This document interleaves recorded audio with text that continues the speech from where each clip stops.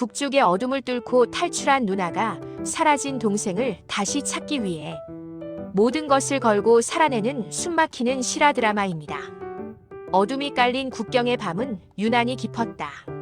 마을 사람들은 이미 해가 지면 서로의 집문을 잠그고 인기척조차 내지 않으며 숨을 죽였고, 하늘을 가득 채운 운무 사이로 비치는 흐린 달빛만이 마을을 더 음침하게 만들었다.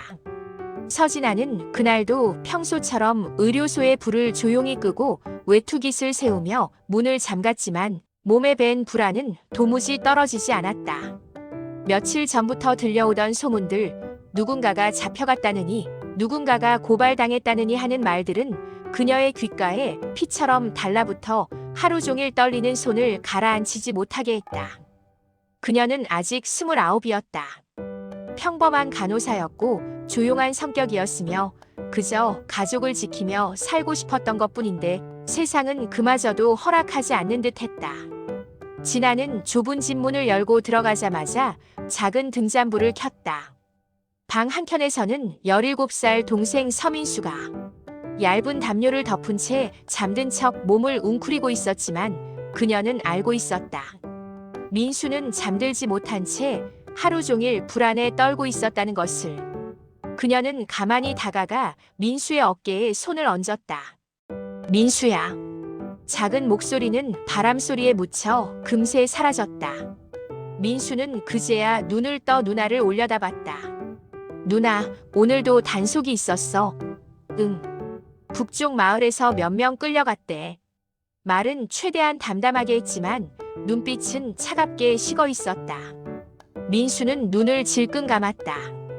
누나를 바라보는 그의 두려움은 이미 오래전부터 한계에 다다른 듯 했다. 다음 날 새벽, 아직 해가 뜨기 전이었다. 갑작스러운 발소리가 골목을 덮으며 날카로운 고함이 이어졌다. 문 열어. 검문이다. 진아는 심장이 가슴에서 튀어나올 듯 뛰는 것을 느끼며 민수의 손을 세게 잡았다. 민수야, 일어나. 지금이야. 그녀는 이미 계획해둔 작은 보따리를 꺼내 민수의 손에 쥐어줬다. 그러나 문 밖의 발소리는 너무 가까웠다. 누나, 우리 정말 이제 가는 거야? 민수의 손은 떨리고 있었고 진아 역시 손끝이 얼음처럼 차가웠다. 그 순간 문이 3차례 강하게 두드려졌다. 열지 않으면 강제로 들어간다. 시간은 없었다. 진아는 민수를 뒤로 밀치며 속삭였다. 뒷문으로 나가. 강가까지 뛰어. 내가 바로 따라갈게. 누나, 지금. 민수는 울먹이며 밖으로 뛰어나갔다. 진아가 문 앞에 서는 동안 그녀의 눈빛은 이미 결심에 닿아 있었다. 문이 부서지듯 열리는 순간 진아는 반대편 작은 문으로 몸을 날렸다. 뒤에서 군인들의 고함이 쏟아졌고 누군가 그녀의 이름을 불렀지만 이미 그녀의 발은 진흙을 튀기며 어둠 속으로 달리고 있었다. 강가에 도착했을 때 민수는 보이지 않았다. 진아는 숨을 몰아쉬며 사방을 둘러봤지만 어둠은 모든 것을 삼켜버린 듯 아무것도 드러나지 않았다. 강물 소리만이 고요하게 흐르고 있었다. 민수야. 진아는 이름을 외쳤지만 그 순간 뒤에서 들려오는 발자국 소리에 머리칼이 곤두섰다. 군인들이 이미 강가로 따라 내려오고 있었다. 그녀는 절박하게 강물과 숲 사이를 오가며 동생의 흔적을 찾았지만 어느 쪽에서도 민수의 모습은 보이지 않았다. 누군가의 손전등 불빛이 그녀의 발끝 가까이까지 스며드는 그 순간 진아는 모든 선택지를 단숨에 정리했다. 민수를 찾을 수 없다면 적어도 그녀라도 살아남아야 한다. 언젠가 다시 동생을 찾을 기회를 만들기 위해.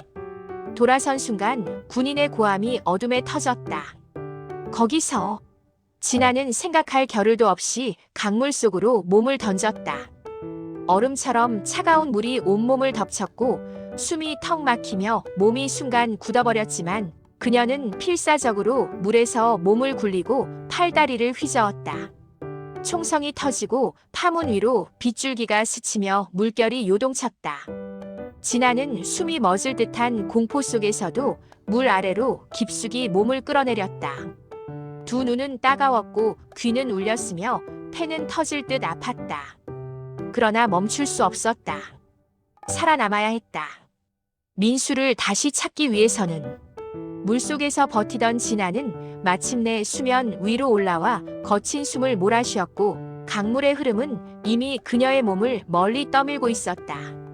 군인들의 소리는 점점 멀어졌다. 그녀는 끝없이 어지러운 물결과 싸우며 강 아래로 또 아래로 흘러갔다. 얼마 지나지 않아 그녀의 몸은 힘을 잃기 시작했다. 눈꺼풀은 무거웠고 의식은 희미해졌다. 마지막으로 스치는 생각은 민수의 얼굴이었다. 민수야, 제발 살아있어. 그렇게 그녀의 의식은 까맣게 끊겼다. 눈을 떴을 때 희미한 빛이 그녀의 시야에 들어왔다. 천장이었다. 낯선 천장. 그리고 따뜻한 공기. 그녀는 깜짝 놀라 몸을 일으키려고 했지만 곧 누군가가 다가와 조용히 말했다. 괜찮습니다. 안전한 곳이에요. 남한 구조대의 임시 보호소였다. 그녀는 혼란스러운 눈으로 주위를 둘러봤다. 처음 맡아보는 따뜻한 비누 냄새, 깨끗한 천, 몸을 감싸는 포근한 이불 어느 하나도 낯설지 않은 것이 없었다. 하지만 무엇보다도 낯선 것은 진아 자신의 감정이었다. 살아있다는 사실. 여기가 어디죠? 그녀의 목소리는 갈라져 있었고 얼굴에는 불안이 깊게 새겨져 있었다. 구조대원은 조용히 대답했다. 이곳은 남쪽입니다. 당신은 구조됐어요. 강 하류에서 발견됐습니다. 그 한 문장이 그녀의 마음을 무너뜨렸다. 살아남았다는 안도감보다 먼저 밀려온 것은 동생에 대한 죄책감과 두려움이었다. 민수는 진아의 시선은 끝없이 흔들렸다. 그러나 그녀는 아직 묻지 않았다. 묻는 순간 견딜 수 없을 것 같았기 때문이다. 구조대원들은 그녀를 보호했고 그녀에게 새로운 이름을 선택하도록 했다. 그녀는 잠시 눈을 감고 숨을 고른 뒤 말했다. 설아은. 진아는 자신의 진짜 이름을 잠시 접어두었다. 그래야만 살아남을 수 있다고 생각했다. 낯선 남쪽의 공기는 너무 따뜻했고 사람들은 너무 친절했으며 모든 것이 너무나 안전해 보였다. 하지만 그녀의 심장은 북쪽에 붙박힌 채 뜯겨 나오지 않았다. 라은은 보호소에서의 나날 동안 조용히 지냈다. 사람들과 거의 말을 나누지 않았고 주어진 음식 앞에서도 웃지 않았다. 밤마다 그녀는 침대 모서리에 앉아 창밖의 불빛을 바라보았다. 북쪽의 어둠과는 너무도 다른 밝음. 그 밝음이 아름다워 보이기도 잔혹하게 느껴지기도 했다. 민수야, 기다려. 살아있다면 누나가 널 찾을게. 그녀는 그 결심만으로 하루하루를 버텼다. 시간이 지나 라은은 보호소 밖으로 나올 수 있게 되었고 작은 자취방을 얻어 취업 교육을 받기 시작했다. 간호사 경험이 있던 그녀는 돌봄센터에서 일할 기회를 얻었다. 처음엔 두려웠지만 그녀는 조용히 묵묵히 자신이 할 수 있는 만큼 일했다. 하지만 매일 밤마다 민수의 모습은 어둠 속에서 더 또렷하게 떠올랐다. 라은은 살아남았다. 그러나 그녀의 삶은 아직 어딘가에 멈춰 있었다.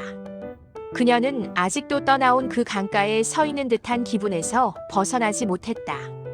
그래서 그녀는 조용히 아무에게도 말하지 않은 채 동생을 찾기 위한 작은 기록을 남기기 시작했다.